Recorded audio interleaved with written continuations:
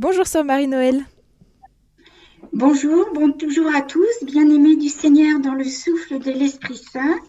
Joie d'être ensemble avec le Seigneur pour une nouvelle aventure avec l'Esprit Saint. Aujourd'hui, je vous propose comme thème naître d'en haut et comment vivre avec l'Esprit Saint cette vie nouvelle.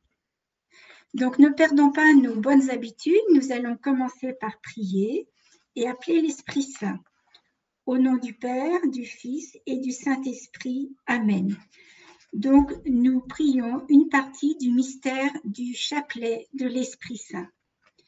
Viens, Esprit de sainteté, viens, Esprit de lumière, viens, Esprit de feu, viens nous embraser.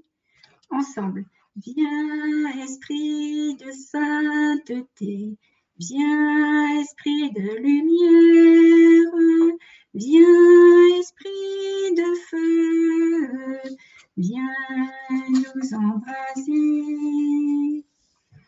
Je vous rappelle que lorsque l'on dit « Viens, Esprit Saint », il ne fait jamais la sourde oreille, il vient toujours. Donc méditons le 5e mystère. À la Pentecôte, le Père et Jésus répandent le Saint-Esprit. L'Église, constituée en puissance, s'ouvre à la mission dans le monde. Demandons le don de conseil. Donc vous répondez, embrase-les du feu de ton amour. Donc cette fois, viens Esprit Saint, remplis les cœurs de tes fidèles, à vous, et embrase-les du feu de ton amour. Viens Saint-Esprit, remplis le cœur de tes fidèles et embrase-les du feu de ton amour. Viens Saint-Esprit, remplis le cœur de tes fidèles et embrase-les du feu de ton amour. Viens Saint-Esprit, remplis les cœurs de tes fidèles et embrase-les du feu de ton amour. Viens Saint-Esprit, remplis les cœurs de tes fidèles et embrase-les du feu de ton amour. Viens Saint-Esprit, remplis les cœurs de tes fidèles et embrase-les du feu de ton amour. Viens, Saint-Esprit, remplis les cœurs de tes fidèles et embrase-les du feu de ton amour. Envoie ton esprit, Seigneur, et tout sera créé. Tu renouvelleras la face de la terre. Père éternel, toi qui instruis les cœurs de tes fidèles par la lumière du Saint-Esprit, donne-nous par ce même esprit de goûter ce qui est bien et de jouir sans cesse de ces divines consolations. Par Jésus le Christ, notre Seigneur. Amen. Donc nous voyons aujourd'hui naître d'en haut, comment vivre avec l'Esprit Saint cette vie nouvelle. Le baptême nous fait naître d'en haut. Est-ce que vous connaissez le pays d'où vous venez et où vous allez ? Non, je ne crois pas que l'on connaisse. On connaît éventuellement le nom, mais encore. Quand on va dans un pays, il nous faut un minimum d'équipement. Donc, qu'emporteriez-vous dans ce pays ? Essayez de trouver minimum 4 choses indispensables. Je vous laisse quelques secondes pour répondre. Qu'emporteriez-vous dans un pays pour un voyage ?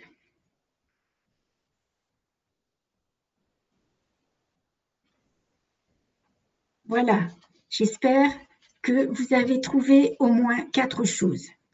Il nous faut une destination, une carte, une gourde d'eau, des bonnes chaussures, une boussole, des lunettes de soleil, des provisions de départ, un sac à dos, une couverture de survie. De même, quand nous arrivons sur cette terre, c'est-à-dire notre naissance, nous avons tout à apprendre et à découvrir. Plus tard, nous nous apercevons qu'il y a de belles et moins bonnes choses, des forces et des attitudes contraires autour de nous, en nous, dans les autres. C'est une caricature rapide, mais vous comprenez ce que je veux dire.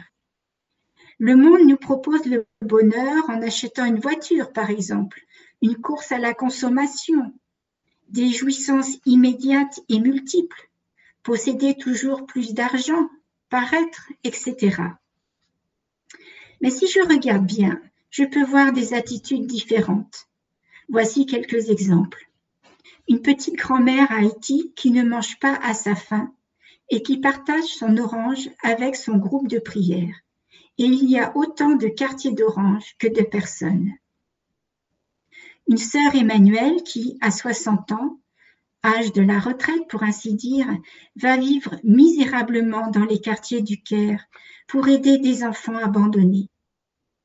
Une mère Teresa qui s'occupe de personnes mourantes et seules abandonnées dans les rues. Des personnes qui, sur leur temps libre, vont visiter des malades, des prisonniers, etc.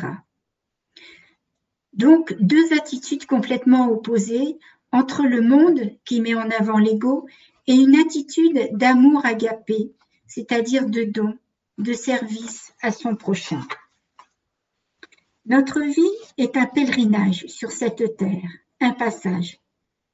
Nous sommes appelés à aller dans un plus grand pays, un plus grand voyage, c'est-à-dire la vie éternelle.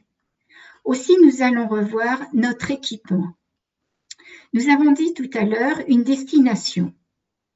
Eh bien, donc, on va transposer cela d'une manière spirituelle. La destination, c'est le ciel, c'est le Père. Une carte, c'est l'Évangile. Une gourde d'eau, l'eau vive qu'est l'Esprit Saint.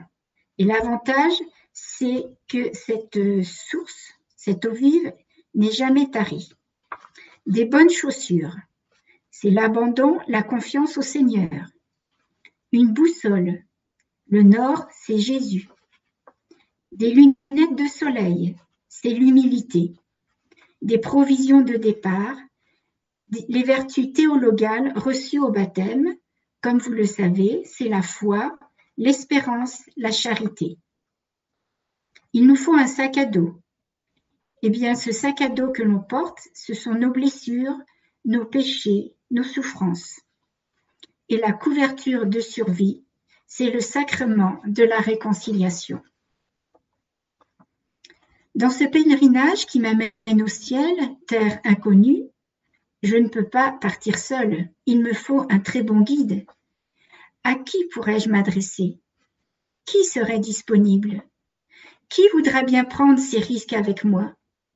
Qui me mènera jusqu'au bout du voyage et me rendra victorieux, c'est-à-dire dans le sein du Père, et me fera goûter tout au long de cette expédition, pas seulement quand j'y arrive, l'intimité avec Dieu, les délices de Dieu, la gloire de Dieu, et me rendra ma dignité d'homme ou de femme que j'ai perdue en me détournant de Dieu.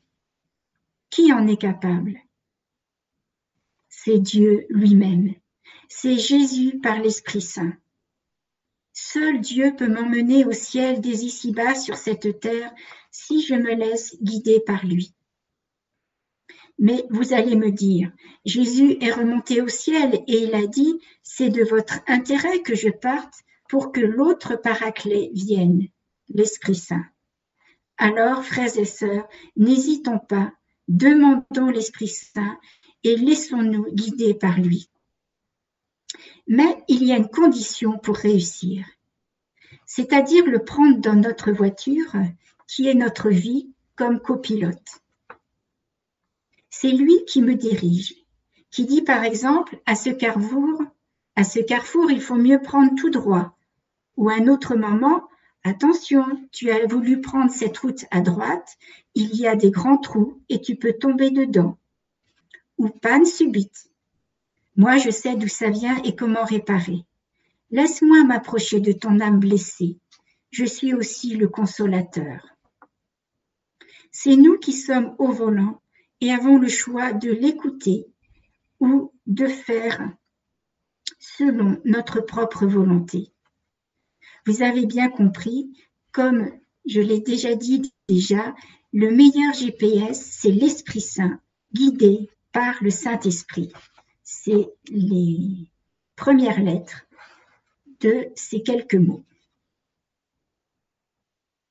Donc, nous ne sommes pas nés seulement pour vivre cette vie terrestre.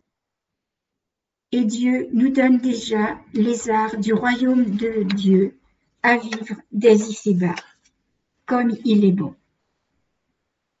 Voyons maintenant comment vivre avec l'Esprit Saint de cette vie nouvelle. Commençons à nous poser de bonnes questions. Est-ce que l'Esprit Saint est à la première place dans ma vie? Suis-je suffisamment zélé et sans compromis dans ma quête de Dieu? Quelle est la place de la Pentecôte dans ma vie spirituelle? Que signifie marcher dans l'Esprit et comment y arriver? Quels sont les dangers à éviter? C'est un nouveau départ dans notre vie. Cela demande de l'humilité. Donc, nous te demandons, Vierge Marie, cette grâce, de nous obtenir cette grâce, toi qui l'as si bien vécu et que le Seigneur a fait de grandes choses en toi et à travers toi. La vie nouvelle dans le Saint-Esprit est un don à demander. En Jean chapitre 7, versets 37-39, Jésus dit « Si quelqu'un a soif, qu'il vienne à moi et qu'il boive. Celui qui croit en moi, selon le mot de l'Écriture, de son sein couleront des fleuves d'eau vive. » Il parlait de l'Esprit que devaient recevoir ceux qui avaient cru en lui, car il n'y avait pas encore d'Esprit, parce que Jésus n'avait pas été encore glorifié. Vous avez bien entendu, il nous est dit des fleuves d'eau vive et non pas des rivières ou des petites rivières. Jésus l'explique de la même façon à la femme samaritaine au puits de Jacob. En Jean chapitre 4, verset 14, « Qui boira de l'eau que je lui donnerai n'aura plus jamais soif. L'eau que je lui donnerai deviendra en lui source d'eau jaillissant en vie éternelle. » Quel beau programme! Il nous faut donc reconnaître nos besoins, vouloir recevoir, puis demander à Jésus de nous combler. Nous devons croire en lui, bien sûr, et en sa promesse, autant que nous devons lutter contre nos doutes, nos peurs, nos barrières et tous les obstacles qui se mettront sur le chemin. Il va falloir bien évidemment nous repentir de nos péchés et faire la paix avec Dieu. Ce qui nous est dit aux Actes des Apôtres, chapitre 2, versets 38-39. C'est lors de la Pentecôte. Pierre leur répondit, « Repentez-vous, et que chacun de vous se fasse baptiser au nom de Jésus-Christ pour la rémission de ses péchés, et vous recevrez alors le don du Saint-Esprit. Car c'est pour vous qu'est la promesse, ainsi que pour vos enfants, et pour tous ceux qui sont au loin, en aussi grand nombre que le Seigneur notre Dieu les appellera. » Donc, chers frères et sœurs, nous sommes tous concernés, même si c'est 2000 ans après la venue de Jésus. Cela veut bien dire que nous ne devons pas être parfaits, au risque d'attendre longtemps. Quand le Saint-Esprit vient avec puissance, voilà ce qui se passe. Portons notre contemplation encore sur la Pentecôte, parce que nous l'avons vu il y a quelques mois. On peut dire que la Pentecôte apporte un changement intérieur, un changement essentiel. Et le reste, les manifestations extérieures que sont les charismes, les manifestations de joie, doivent venir de cette transformation intérieure, sinon cela ne dure pas.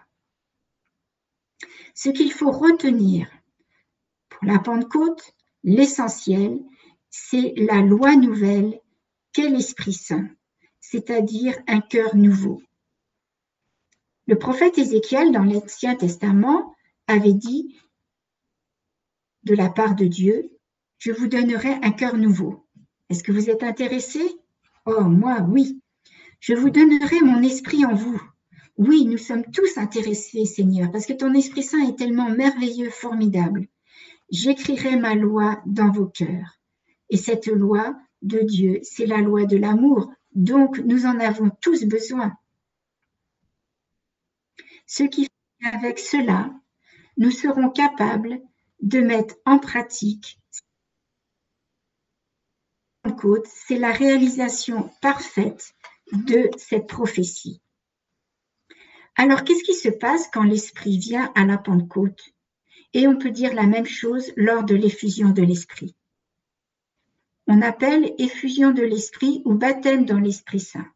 Mais je préfère effusion de l'Esprit pour qu'il n'y ait pas de parallèle à faire avec notre baptême. Ce n'est pas la même chose. Je vous en parlerai un peu plus longuement après. Sachez que lors de l'effusion de l'Esprit, ce qui nous est proposé, c'est une petite Pentecôte personnelle dans notre vie. Qu'est-ce qui se passe? Comment se réalise le changement de notre cœur? L'homme pécheur, vieux donc, qui vit naturellement, a envie de suivre ses concupiscences. Il a envie du bien de la femme, par exemple d'autrui, autre chose, du plaisir, il convoite. Alors Dieu lui apparaît comme quelqu'un qui lui barre la route avec ses commandements. Tu ne dois pas convoiter, le bien, la femme d'autrui, le pouvoir, etc. Dans cette situation, Dieu devient l'ennemi, l'adversaire. C'est lui qui empêche mon épanouissement, c'est ce que je pense. Et l'homme entretient dans son cœur une sourde rancune contre Dieu. Il suffit de regarder autour de nous. Il y a un fond caché de rébellion contre Dieu dans la vie. Et quand ça ne va pas, c'est vite fait de dire « Dieu s'acharne contre moi ». Dieu n'est pas amour. Voyons maintenant ce que le Saint-Esprit fait. Écoutez bien. C'est l'œuvre fondamentale de l'Esprit Saint de renaître de l'Esprit Saint. L'Esprit Saint vient lors de notre baptême. Nous devenons le temple, nous devenons son temple. Nous en avons déjà parlé. L'Esprit vient aussi dans tous les sacrements, dans la parole, la prière, l'effusion de l'Esprit. Que fait le Saint-Esprit? Il commence à nous ouvrir un œil nouveau, pour nous faire regarder Dieu d'un œil différent. Dieu comme quelqu'un qui est notre allié, notre ami et non pas notre adversaire. Il est notre allié. Il ne veut pas du tout que l'on souffre. Il ne veut pas notre mal et c'est pas lui qui a envoyé le mal sur cette terre. C'est le voisin du dessous. Dieu est allé jusqu'à donner son Fils et il n'a pas épargné son Fils pour nous.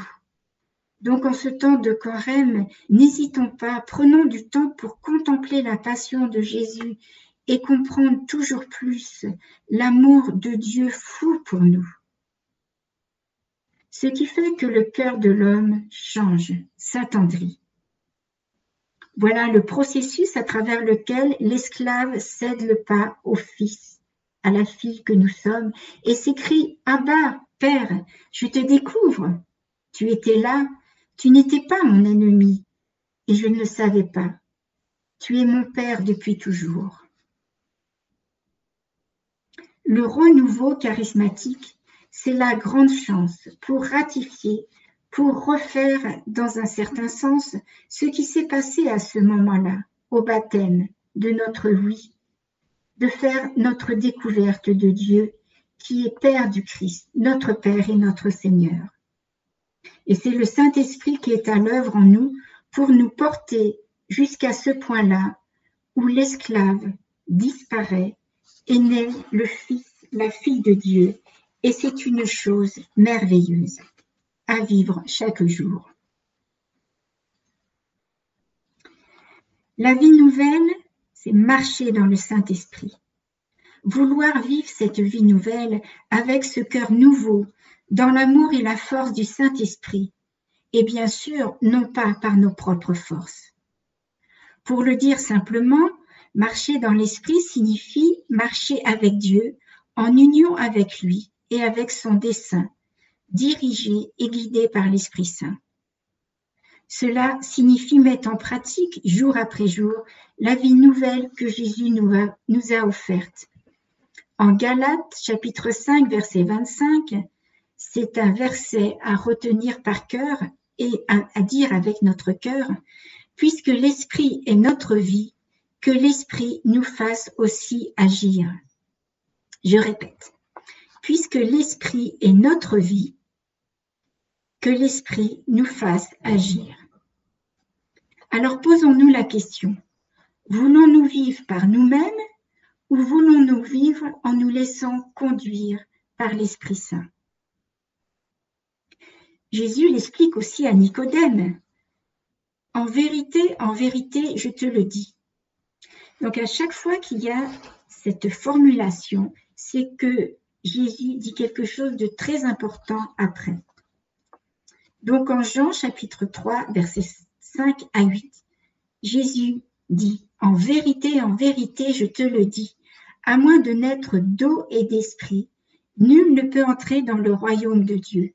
Ce qui est né de la chair est chair, ce qui est né de l'esprit est esprit. Ne t'étonne pas si je t'ai dit, il vous faut naître d'en haut. Le vent souffle où il veut et tu entends sa voix, mais tu ne sais pas d'où il vient ni où il va. Ainsi en est-il de quiconque est né de l'esprit. Quand nous étudions l'enseignement de Jésus, prenons par exemple son sermon sur la montagne, nous réalisons qu'à la seule loi, il nous est impossible de mettre en pratique les commandements de Dieu. Une nouvelle loi, pas plus qu'un nouvel idéalisme, ne suffit en eux-mêmes. Nous avons besoin d'une vie nouvelle. Alors, qu'est-ce que la vie nouvelle? Vous pourriez me poser comme question. C'est la vie dans le Saint-Esprit, c'est-à-dire l'œuvre de Dieu en nous. Jésus nous a pourvus de la force de vivre une vie nouvelle par son Esprit Saint. Donc en disant Jésus nous a pourvus de cette force, il le donne. C'est à nous de l'accueillir ou pas.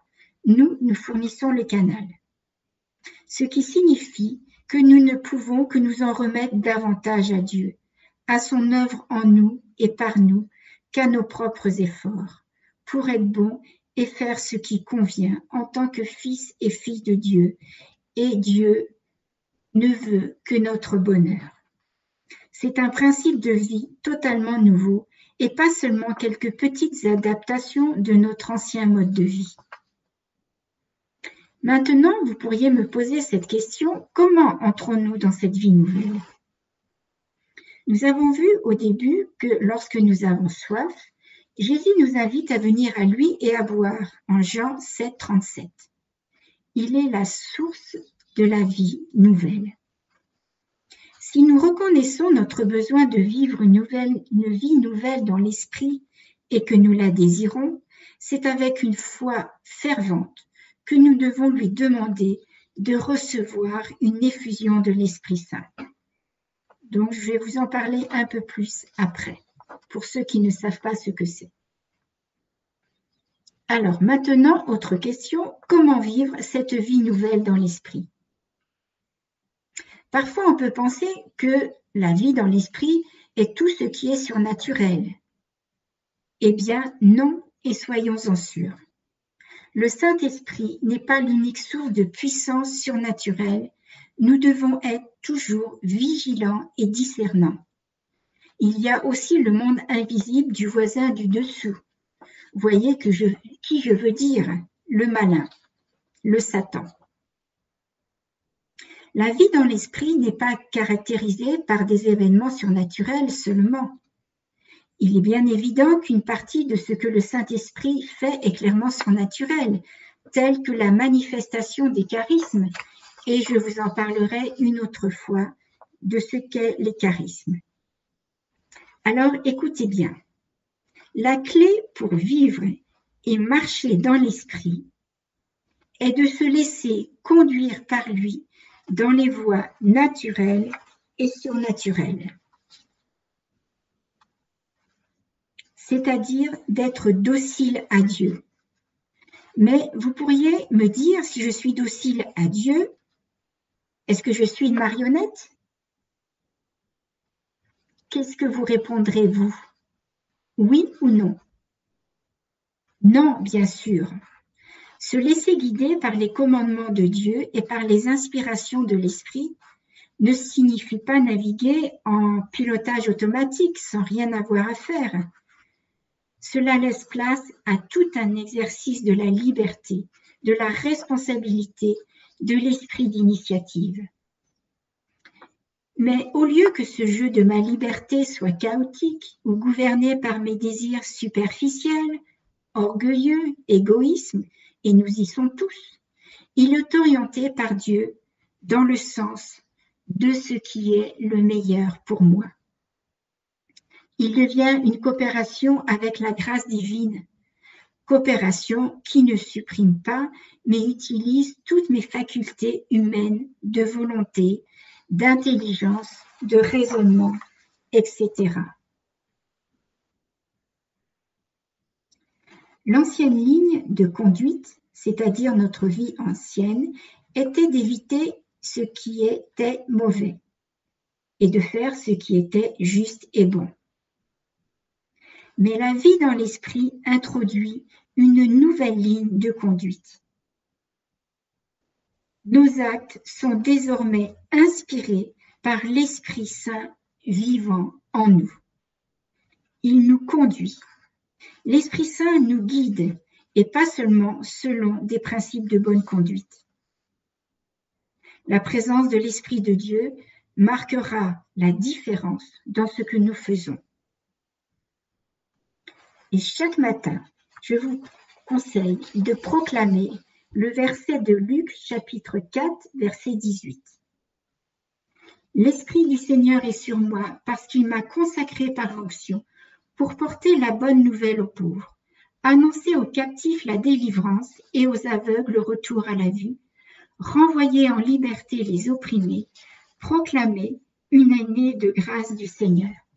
Et je vous conseille de l'écrire et de le mettre dans un endroit où chaque matin vous le voyez et vous ne pouvez pas ne pas passer à côté. Il y a un endroit où vous êtes sûr de le voir, c'est de l'afficher sur votre glace dans la salle d'eau. Et là, vous le proclamez chaque matin et vous allez voir ce que vous allez voir. L'Esprit Saint du Seigneur va faire des merveilles en vous et à travers vous. Donc, je vous rappelle Luc, chapitre 4, verset 18. Par ailleurs, n'oublions pas que l'Esprit connaît la pensée et la volonté de Dieu et nous les révélera. Ensuite, pour toujours plus approfondir, vous pourriez me poser cette question, que se passe-t-il quand on marche selon l'Esprit Saint? Il se peut que rien de spectaculaire ni de soudain ne se produise, mais, écoutez bien, inévitablement, la vie de l'Esprit en vous, en moi, deviendra évidente et nous verrons arriver des choses qui n'arriveraient jamais auparavant, telles que je suis devenue religieuse. Mais tout le monde n'est pas appelé à cette vocation.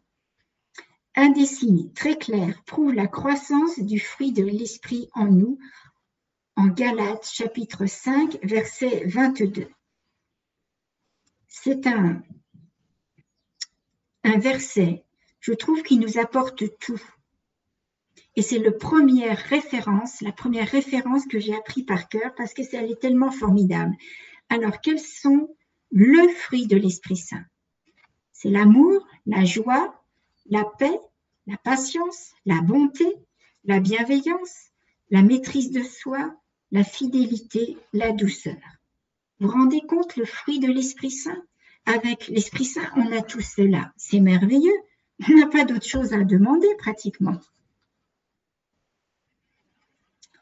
Frères et sœurs, lorsque nous décidons de vivre selon notre baptême et de suivre le Christ dans le souffle de l'Esprit, ainsi l'effusion de l'Esprit Saint ou le baptême dans l'Esprit est à demander et surtout à recevoir. La vie dans l'Esprit n'est pas automatique. Alors, l'effusion de l'Esprit est un des éléments essentiels du renouveau charismatique qui n'est pas un sacrement, bien sûr, l'effusion de l'esprit. Je vous en ai parlé la dernière fois du renouveau charismatique. Donc, si vous ne savez pas ce que c'est, n'hésitez pas à le reprendre le mois dernier. C'est un courant de grâce. Selon toute la tradition incluant l'écriture, le don pentecostal de l'esprit est d'abord bien sûr reçu dans les sacrements de l'initiation, qu'est le baptême et la confirmation. La dimension de l'expérience de l'effusion de l'esprit doit être interprétée, écoutez bien, comme une libération, une reviviscence, un renouvellement de la grâce sanctifiante et charismatique reçue au baptême et à la confirmation. C'est comme un geyser qui jaillirait beaucoup plus important. Nous avons tout reçu à notre baptême et à la confirmation. Nous avons vu, nous avons reçu les 100% de la puissance de l'esprit.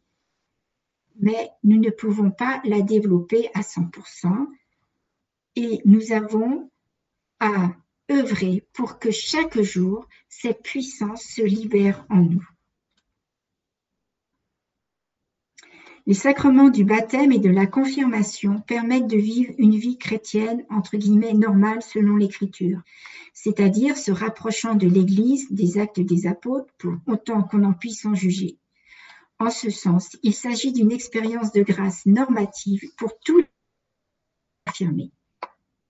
En effet, je m'explique. Recevant le baptême, le baptisé revêt l'homme nouveau, selon l'expression de saint Paul aux Colossiens, chapitre 3, verset 10.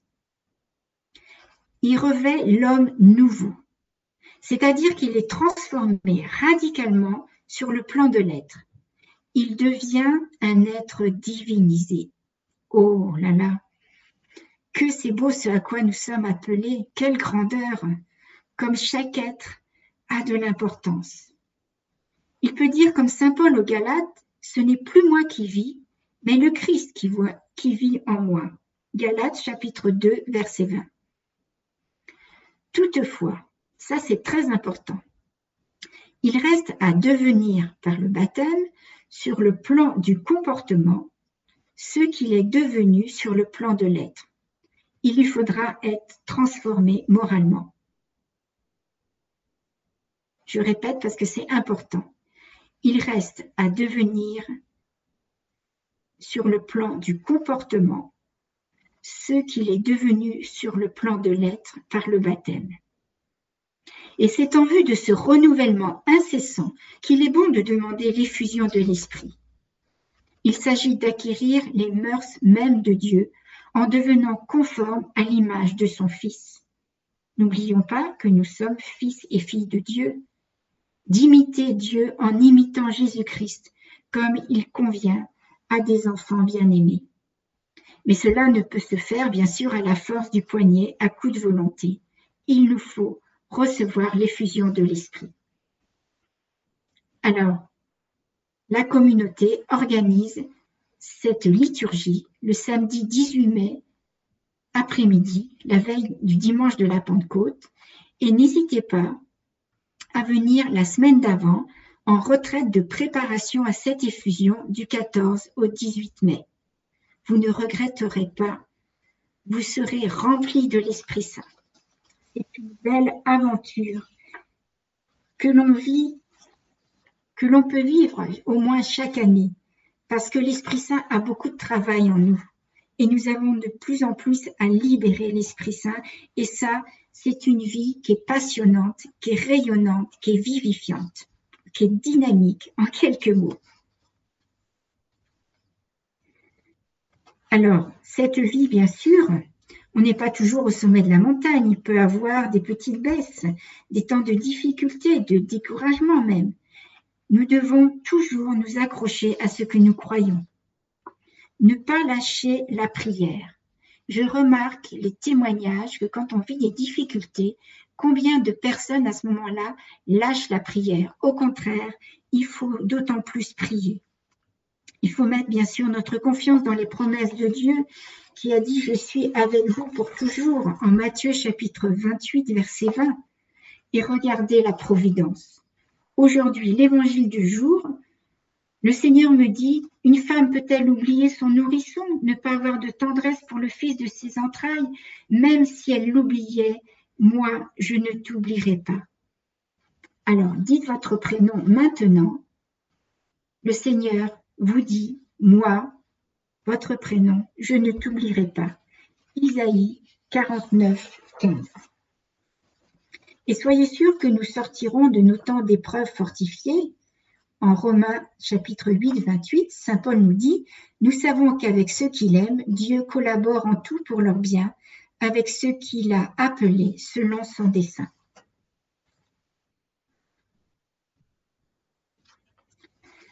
Dans la lettre aux Galates, au chapitre 5, versets 16-18, il nous rappelle également « Laissez-vous mener par l'esprit, et vous ne risquerez pas de satisfaire la convoitise charnelle. » Je vous en ai parlé au début.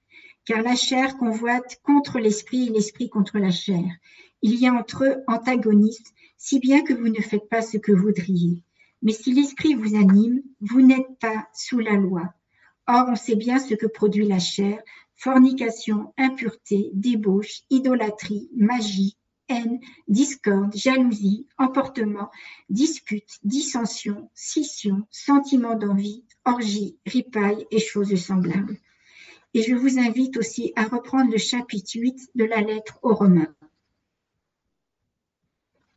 Vivre selon notre intérêt nous entraînera loin de Dieu et vers le péché. Nous ne pouvons pas vivre pour Dieu et pour nous en même temps. Ces deux choses sont opposées. Pour céder au Saint-Esprit, nous devons résister à notre nature pécheresse. C'est normal, il y a toujours un combat en nous. Car tant que nous voudrons nous protéger, il n'y aura pas de place pour Dieu.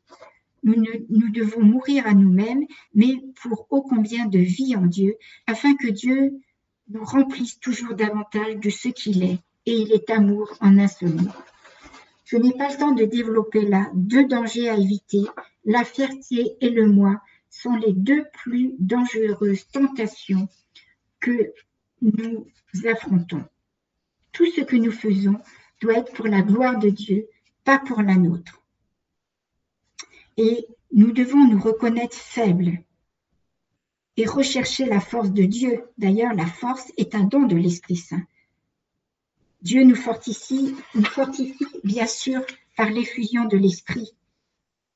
Et Paul nous dit en 2 Corinthiens chapitre 12 verset 10, « Lorsque je suis faible, c'est alors que je suis fort. » Alors n'hésitons pas, frères et sœurs, à reconnaître nos faiblesses et appuyer sur la force de Dieu. Et saint Paul remerciait Dieu pour sa faiblesse même et voyez tout ce qu'il a accompli.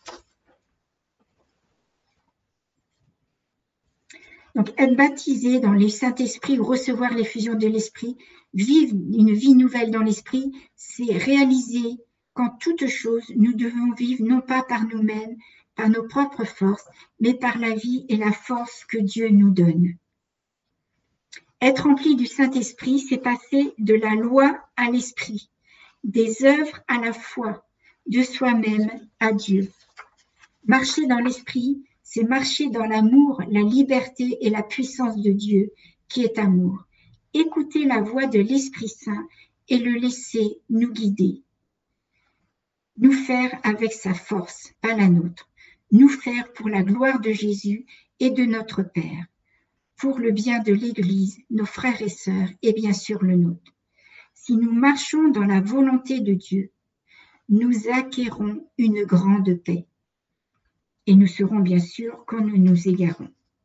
Le Christ est mort pour nous donner la liberté et il a payé cher. Il nous a rachetés en versant son sang jusqu'à la dernière goutte. Et tout cela, il l'a fait par amour pour chacun. Il pourrait dire à chacun, j'ai versé telle goutte de sang pour toi, pour le salut, pour ton salut, pour la vie éternelle, parce que je t'aime. Tu as du prix à mes yeux et tu comptes énormément pour moi. Donc, frères et sœurs, accueillons maintenant et marchons avec le Saint-Esprit dans la puissance de Dieu et dans la liberté de l'Esprit. C'est ce que je demande comme grâce pour chacun de nous. Et le Seigneur, soyez sûr, ne demande qu'une chose, de nous aider, d'accepter la collaboration avec lui pour œuvrer et pour sauver avec lui le monde qui se meurt, qui a soif. Et l'Esprit Saint est cette eau vive qui coule du cœur de Jésus. Et le Seigneur nous a promis que des fleuves d'eau vive couleraient de notre sein. Et Dieu tient toujours cette promesse. Amen.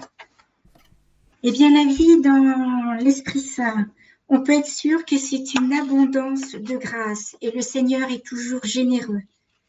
C'est une vie transformée. L'Esprit Saint aussi nous aide dans la prière. Il est dit, vous ne savez pas prier, mais l'Esprit Saint vient au secours de vos faiblesses. Alors, n'hésitons pas à prendre beaucoup de temps de prière et à l'écouter.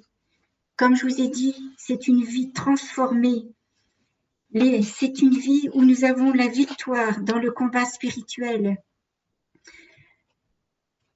Avec l'Esprit Saint, nous avons aussi un cœur rempli d'actions de grâce, de louanges, d'adoration. Et saint Irénée a dit que l'éternité ne sera pas assez longue pour rendre grâce au Seigneur. Alors, ne perdons pas un instant, louons le Seigneur. Le Saint-Esprit est vraiment merveilleux. Cette vie nouvelle avec lui est trépidante et plein de joie. C'est aussi une disponibilité pour le ministère. Beaucoup de personnes croient que le Saint-Esprit n'agit qu'au début de l'Église primitive, mais la troisième personne de la Trinité reste encore trop un inconnu. N'hésitez pas à prendre des enseignements, à recevoir des enseignements sur l'Esprit Saint.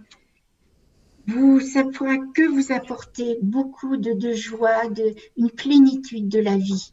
Et je prie pour vous cela, que l'Esprit Saint tombe dans vos cœurs.